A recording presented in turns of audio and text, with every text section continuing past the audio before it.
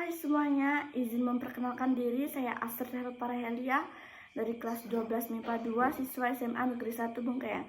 Di sini saya akan memaparkan materi keterbatasan energi dan dampaknya bagi kehidupan. Sumber energi adalah sesuatu yang dapat menghasilkan energi, baik secara langsung maupun melalui proses konversi atau transformasi. Adapun sumber daya energi adalah sumber daya alam yang dapat dimanfaatkan baik sebagai sumber energi maupun sebagai energi. Sumber energi dan penggunaannya dibagi menjadi dua, yaitu sumber energi terbarukan dan sumber energi tak terbarukan. Sumber energi terbarukan merupakan sumber energi yang dapat diperoleh ulang, cepat dipulihkan kembali secara alami. Prosesnya berkelanjutan dan tidak akan pernah habis, contohnya angin, air, dan matahari. Sedangkan sumber energi tak terbarukan merupakan sumber energi yang diperoleh dari sumber daya alam yang waktu pembentukannya sampai jutaan tahun. Contohnya gas alam, batu bara, bahan bakar fosil, dan nuklir. Penggunaan sumber energi dan dampaknya bagi kehidupan. Yang pertama yaitu ada sektor industri. Di dalam sektor industri, sumber energi yang biasanya digunakan adalah minyak bumi, batu bara, dan gas alam. Pemanfaatan energi untuk keperluan industri ini, berbagai industri ini maupun industri kecil dan industri besar memerlukan sumber energi dalam proses produksinya.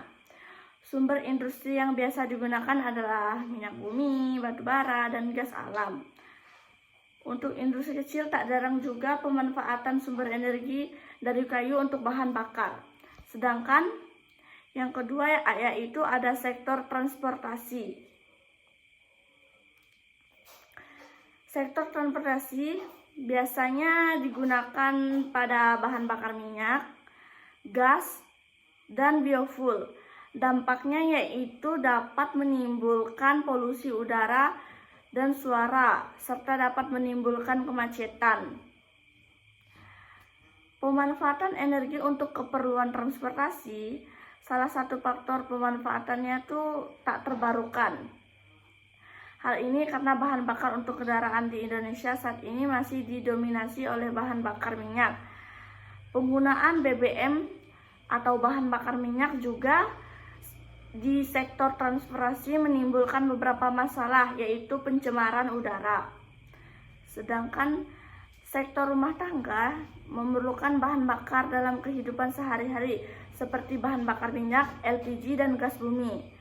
Dampaknya dapat menimbulkan limbah rumah tangga dan pemborosan pemakaian. Pemanfaatan energi untuk keperluan rumah tangga, skala rumah tangga juga memerlukan bahan bakar dalam kegiatan sehari-hari. Untuk sekarang ini, pemanfaatan energi dalam rumah tangga diantaranya energi listrik dan gas untuk memasak. Dan yang keempat yaitu sektor komersial. Sektor komersial itu seperti sektor perhotelan, rumah sakit, ataupun rumah makan. Pembangkit listrik adalah bagian dari alat industri yang dipakai untuk memproduksi dan membangkitkan tenaga listrik dari berbagai sumber tenaga. Solusi terhadap keterbatasan energi yang pertama, kita bisa melakukan penghematan energi. Yang kedua, menggunakan peralatan elektronik yang lebih efisien dan hemat listrik. Yang ketiga, memperbanyak ventilasi udara. Yang keempat, mencari dan menggunakan energi alternatif. Contoh energi alternatif yaitu biofuel, biomasa, panas bumi, air, angin, matahari, dan nuklir.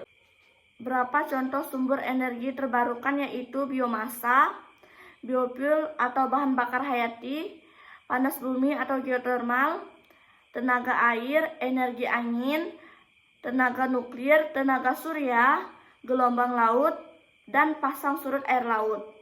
Energi fosil. Bahan bakar fosil terbentuk jutaan tahun yang lalu ketika tanaman, hewan, dan makhluk lainnya mati dan terkubur di bawah bumi. Jasadnya secara bertahap berubah selama bertahun-tahun karena panas dan tekanan dalam kerak bumi dan berbentuk batu bara, minyak, dan gas. Selama ini, sebagian besar sumber energi utama manusia di bumi lebih terfokus pada penggunaan bahan bakar fosil yang telah banyak menghasilkan gas-gas rumah kaca seperti CO2 dan telah memberikan kontribusi terbesar bagi pemanasan global. Ada beberapa energi fosil yang banyak dimanfaatkan di Indonesia. Yang pertama yaitu minyak bumi, batu bara, dan gas alam. Apa sih yang dimaksud dengan minyak bumi? Minyak bumi merupakan cairan kental berwarna coklat gelap dan kehijauan yang mudah terbakar. Cairan ini juga sering disebut sebagai emas hitam yang berada di lapisan atas dari sebagian area yang ada di kerak bumi. Minyak bumi diambil dari sumber minyak yang terdapat di lokasi sumber minyak melalui berbagai macam proses, yakni proses geologi, analisis, sedimen, karakter, serta struktur sumber. Bahan bakar tersebut dipergunakan untuk memproduksi berbagai material yang dibutuhkan oleh manusia. Yang kedua, batu bara. Batu bara adalah batuan yang dapat dibakar karena terbentuk dari endapan organik, sisa tumbuhan yang kemudian dibentuk dengan proses pembatubaraan. Unsur-unsur kimia yang terdapat dalam batu bara ini adalah hidrogen, oksigen, dan karbon. Pembentukan energi fosil ini mengalami proses yang sangat lama dengan mendapatkan pengaruh dari gesekan panas bumi dan tekanan udara lainnya. Jenis batu bara pun ada pengaruh dari gesekan panas bumi dan tekanan udara lainnya. Batu bara merupakan bahan bakar yang bisa digunakan sebagai bahan bakar untuk pembangkit listrik tenaga uap yang juga bisa digunakan dalam teknik peleburan logam dan industri. Yang ketiga, gas alam. Bahan bakar fosil penting dari banyak digunakan lainnya adalah gas alam. Gas alam adalah metana, kadang-kadang dikenal sebagai gas rawa. Gas alam biasanya ditemukan di bawah tanah bersama dengan minyak bumi dan batu bara. Tetapi kadang-kadang terjadi dengan itu dan dipompa melalui pipa. Gas alam telah menjadi sumber gas domestik selama bertahun-tahun. Contoh soal dan penyelesaiannya. Yang pertama, ada beberapa sumber energi seperti berikut. Yang pertama, air terjun. Yang kedua, angin. Yang ketiga, minyak bumi. Yang keempat, sinar matahari. Yang kelima, batu bara. Sumber energi yang merupakan energi alternatif adalah, jawabannya adalah B, yaitu 1, 2, dan 4. Alasannya, sumber energi alternatif adalah istilah yang merujuk kepada semua sumber energi yang dapat digunakan, yang bertujuan untuk menggantikan bahan bakar konvensional tanpa akibat yang tidak diharapkan dari hal tersebut. Baik, sekian materi keterbatasan energi dan dampaknya bagi kehidupan yang telah saya berikan. Jika ada kekurangan mohon dimaafkan. Sekian dan terima kasih.